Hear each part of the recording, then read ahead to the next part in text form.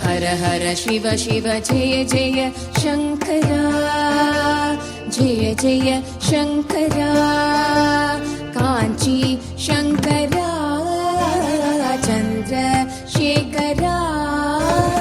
हर हर शिव शिव जय जय शंकरा, जय जय शंकरा, कांची शंकरा, चंद्रशेखरा। நிந்தை சரணடைந்தேன் சந்திரசேகரா, நீதானே என்றென்றும் ஆதிசங்கரா. உந்தனடி தோழுதேன் வேத மந்திரா, உலகம் வளம் பெறவே வந்த சந்திரா. மகா பெரியவா எங்கள் மகா பெரியவா, தெய்வத்தின் குரல் தந்த காஞ்சி மன்னவா. தெய்வமல்லவா நீ, தெய்வமல்லவா, தெய்வ குரல் தந்து மீண்டும் எம்மை காக்கவா நீ, எம்மை காக்கவா நீ, எம்மை காக்கவா.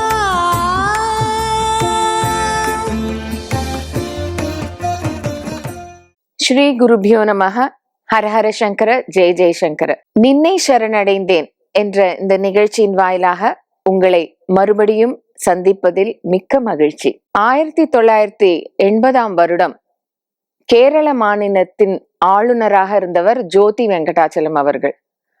அவர்களுடைய உதவியாளராக இருந்தவர் திரு டிவி சுவாமிநாதன் அவர்கள். அந்த வருஷமே என்ன ஆச்சுன்னா, டிசம்பர் மாசம் அவருக்கு ரொம்ப, இந்த சுவாமிநாதனுக்கு ஒரே காய்ச்சல், ஜுரம், சளி எல்லாம் பிடிச்சிட்டு ரொம்ப உடம்ப படுத்துறது.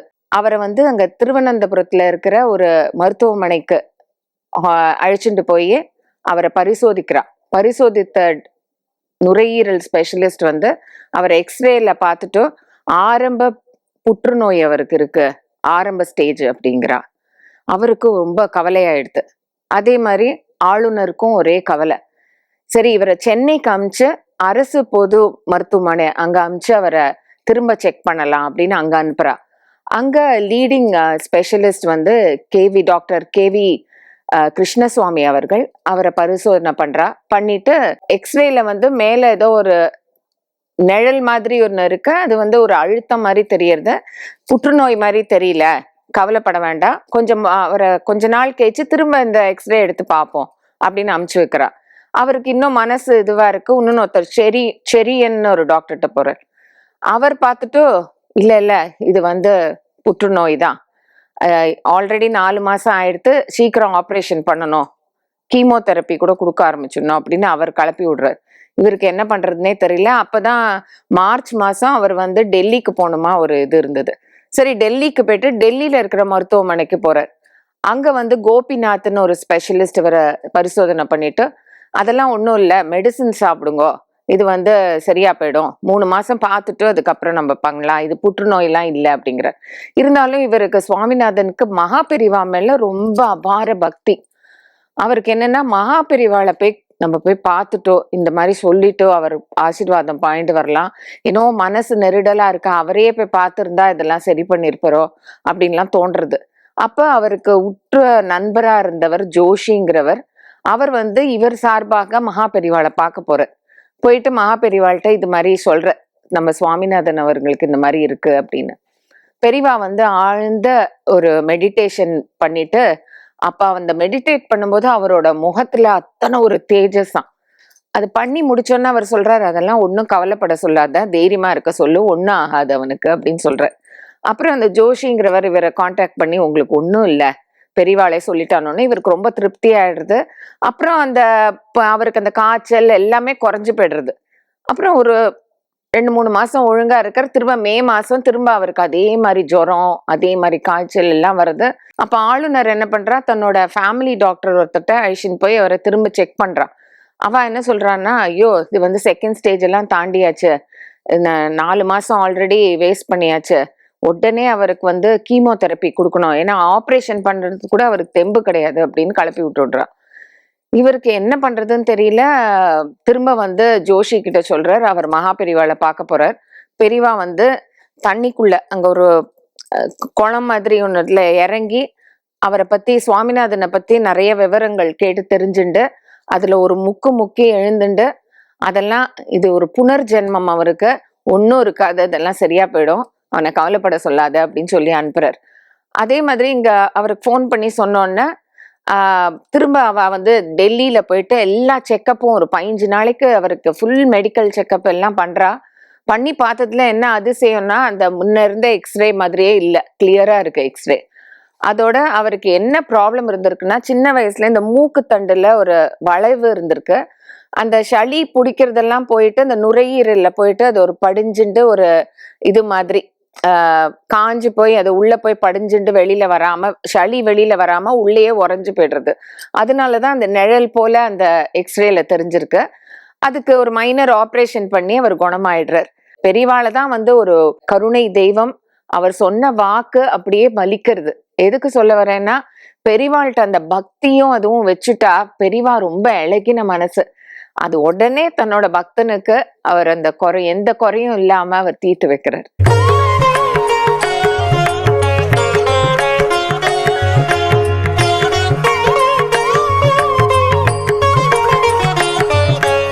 மகா பெரிவாளுடன் தனக்கு ஏற்பட்ட சுவாரஸ்யமான அனுபவங்களை நம்மிடையே பகிர்ந்துக்க வந்திருக்கா திருமதி சிவகாமி அலையஸ் கல்யாணி வரதராஜன் அவர்கள்.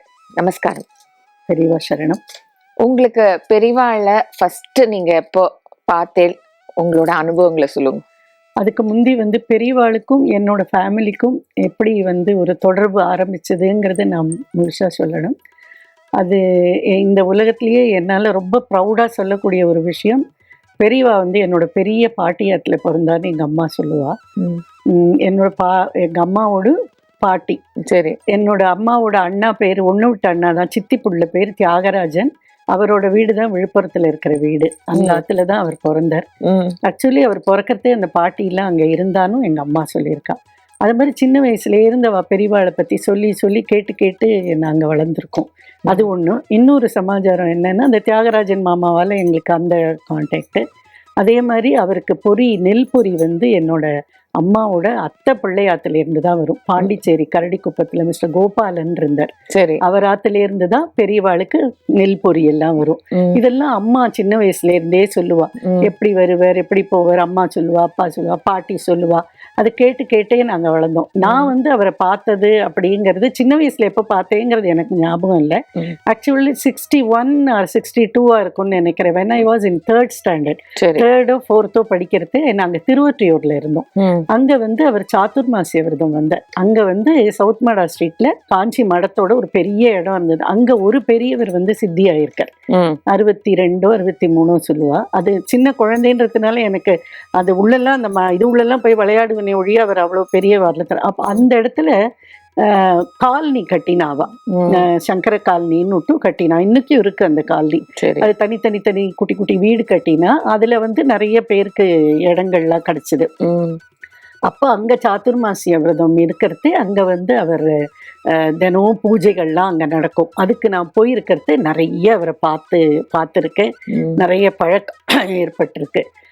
ஃபஸ்ட்டு டே வந்தது கூட இன்னைக்கு ரொம்ப எனக்கு அப்படியே பசுமையாகவே இருக்குது. அவர் கூட்டத்திலேருந்து அவர் வெளியில் வர்றார். அம்மா வந்து நிறைய தாமரைப்பூவை கையில் வச்சு நின்றுட்டு இருந்தா. டபக்குன்னு மேலேருந்து இப்படி எடுத்து தன்னோட ஒரு மரக்குடுவை மாதிரி வச்சுட்டு இருப்பார். அதில் போட்டுட்டு போன உடனே எங்களுக்கெல்லாம் ரொம்ப சந்தோஷமாயிடுது. அப்போ வந்து எனக்கு பக்தி இருந்துதான்னு எனக்கு தெரியல. ஆனா விளையாடுறது, அவர் பின்னாலேயே அவர் வடிவுடை நாயகி கோயிலுக்கு போனா பின்னாலேயே நான் என் தம்பி எல்லாம் போவோம், என் கடைசி தங்க பெரிய தங்க போவோம், கடைசி தங்க பிறக்கல பெரிய தங்க ஓடுவோம், அங்கேயே தான் இருப்போம். ஸ்கூல் எல்லாம் நினைச்சே பார்க்கல. அப்போ ஒரு 3rd 4th தானே, அங்கேயே அந்த சங்கர் காலனி உள்ளே விளையாடுவோம், இது பண்ணுவோம். அது ஒரு எனக்கு நேரடியாத அந்த அனுபவம் ஏற்பட்டது. அதே மாதிரி பார்த்தேன்னா சங்கர அந்த பர்டிகுலர் பூஜை நடக்கிறதுக்கு ஒரு மாமா, அவரையும் இப்ப எனக்கு நல்லா ஞாபகம் இருக்கு. அவர் வந்து எதுக்கு நான் இதை சொல்ல வரேன்னா, அவர் ஒவ்வொருத்தர் மேலேயும் எவ்வளவு அட்டாச்மெண்ட்டு, இவா இன்னார்னா இவாளுக்கு என்ன ஹேபிட், அவான்னா என்ன ஹேபிட்டுன்னு தெரியும். அவர் வந்து என்ன பண்ணுவார், அந்த மாமா வந்து எப்ப பார் இப்படி சந்தனம் அரைச்சுட்டே இருப்பார். இந்த சந்திரமௌலீஸ்வரர் பூஜைக்கு சந்தனம் அரைக்கிறது தான் அவருக்கு வேலை. ஸ்டில் ஐ ரிமெம்பர், நல்ல டால் அண்ட் ஃபேரா இருப்பார் அந்த மாமா.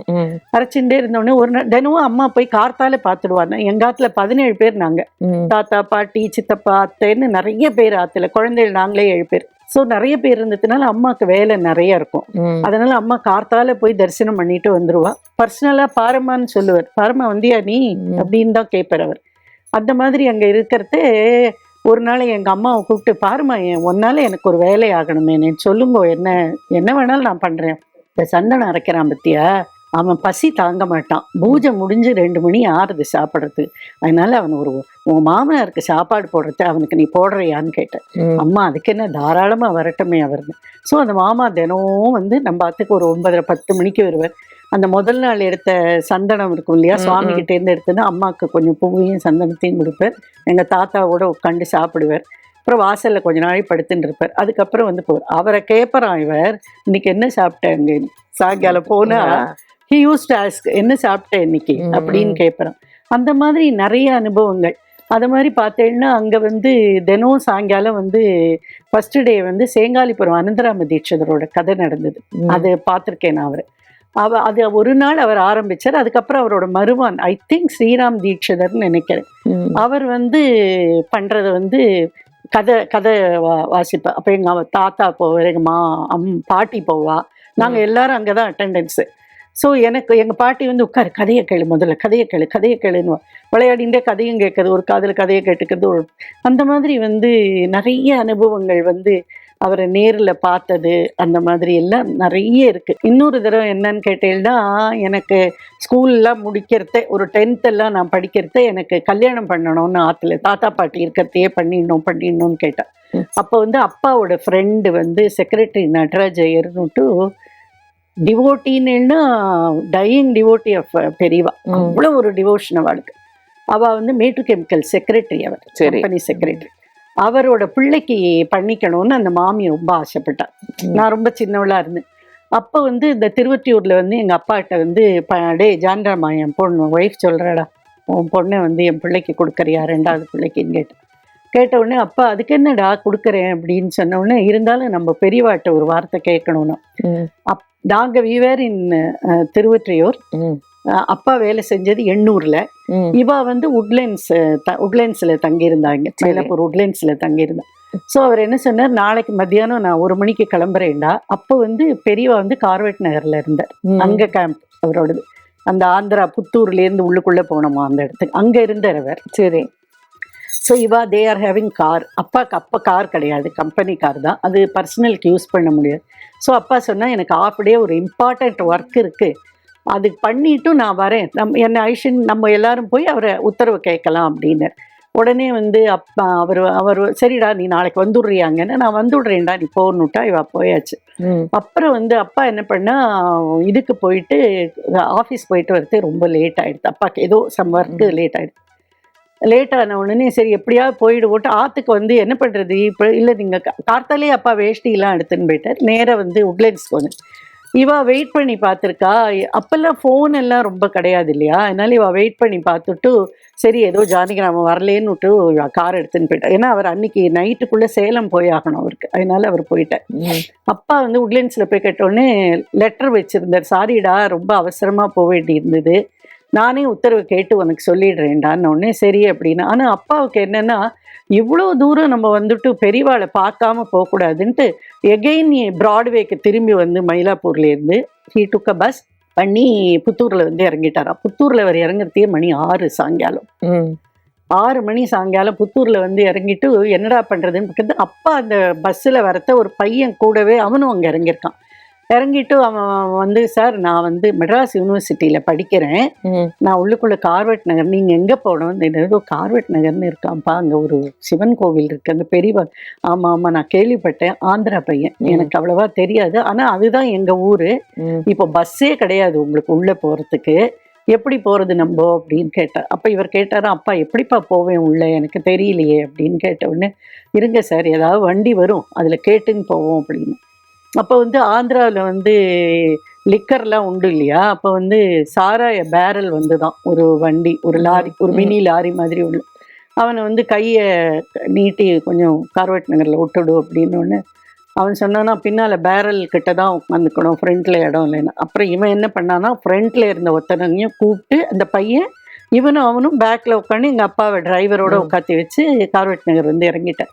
இறங்குறதே 7:30 8 மணி ஆகிட்டான். அப்போ அந்த பையன் சொன்னான்னா, நானும் வந்து அவரை பார்க்கலாமா?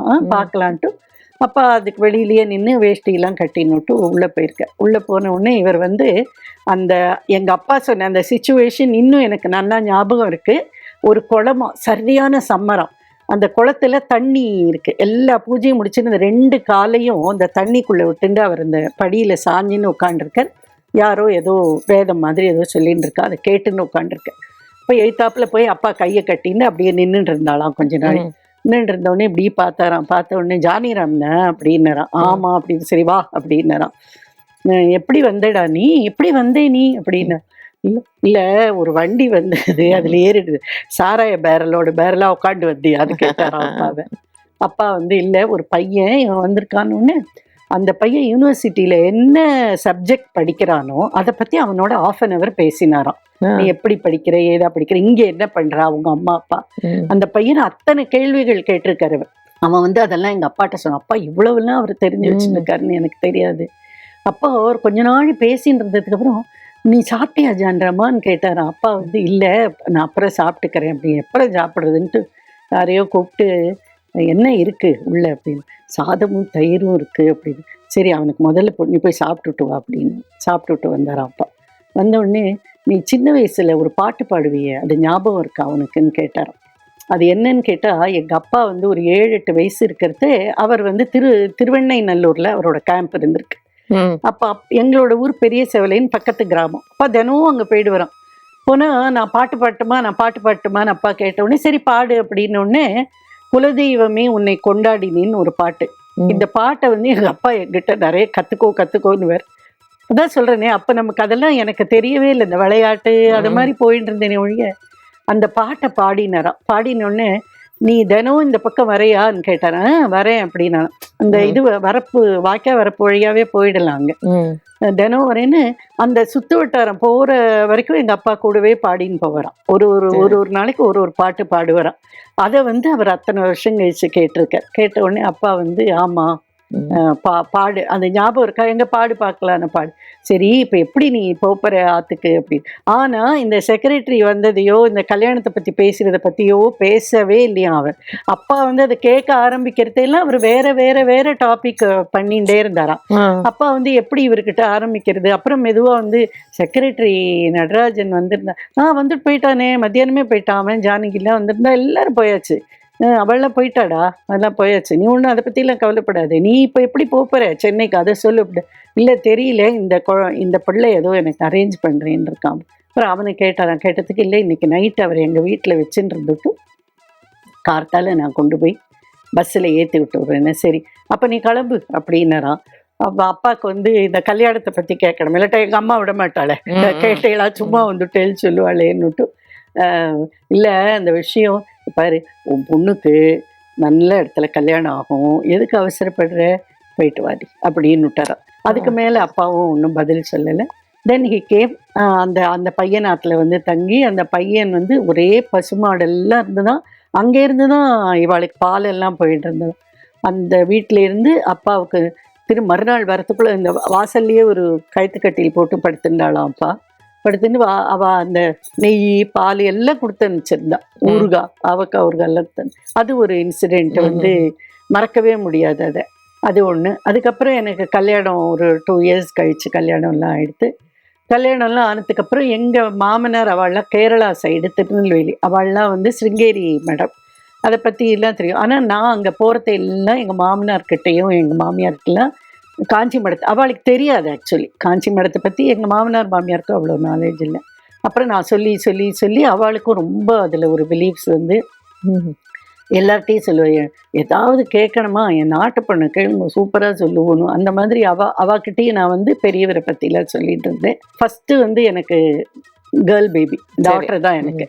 ஆனால் என்னன்னு கேட்டீங்கன்னா என்னோட நாத்தனாருக்கும் 4 பொண்ணு. சரி. எங்கள் நாத்தனார் எங்கள் ஆத்துக்கார் 2 பேர் தான். அப்போ எங்கள் மாமனாருக்கு வந்து தனக்கு ஒரு பேரன் வேணும்னு ரொம்ப ஆசை.